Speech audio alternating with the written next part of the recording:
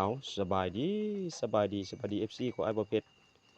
คนมักฮักการเกษตรมื้อนี้อัปเดตมืดเนาะถือว่าเป็น EP ที่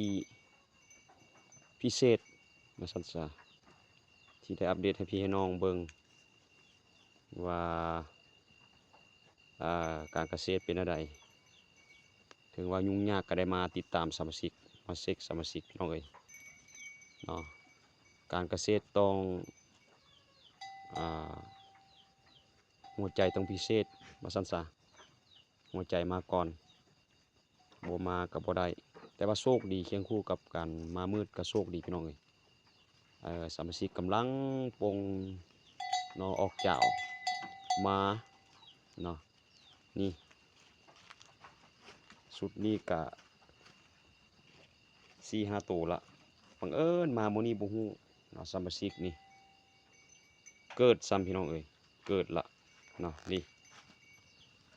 จักสิเป็นตัวผู้ตัวแม่มาเห็นเกิดซ้ำบ่มีประสบการณ์ในการเลี้ยงคิดว่าท้องใหญ่ซื่อมามื้อนี้ได้เห็นนอนอยู่นี่เกิดโอ้ยโชคโชคแนวหนึงแล้วก็บ่โชคแนวหนึงเนาะเพราะว่าอ่าถือว่าได้สมาชิกรับสมาชิกอ่าใหม่อีกมาจนตื่นคิดว่าแม่นตื่นฟานซั่นเด้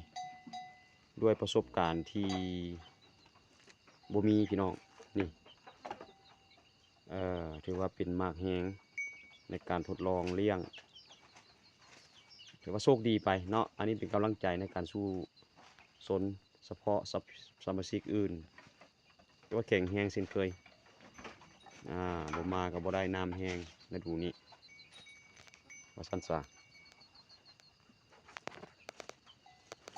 จักสิเป็นตัวผู้หรือตัวแม่แต่ว่าเพชรก็บ่ได้ไปเบิ่งย้านแม่มันห่วง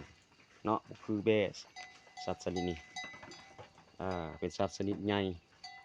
แต่มื้อหน้าจะอัปเดตให้พี่ให้น้องเขาเบิ่งว่าเป็นจั่งใดกวด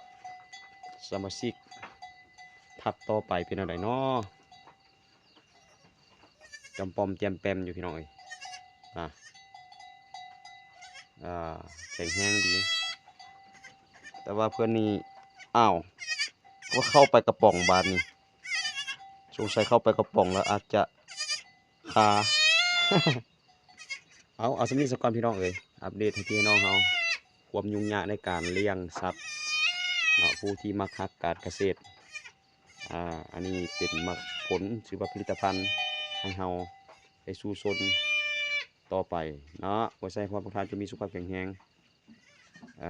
ประสบผลสำเร็จหน้าที่การงานพี่น้องสำหรับมื้อนี้สบายดี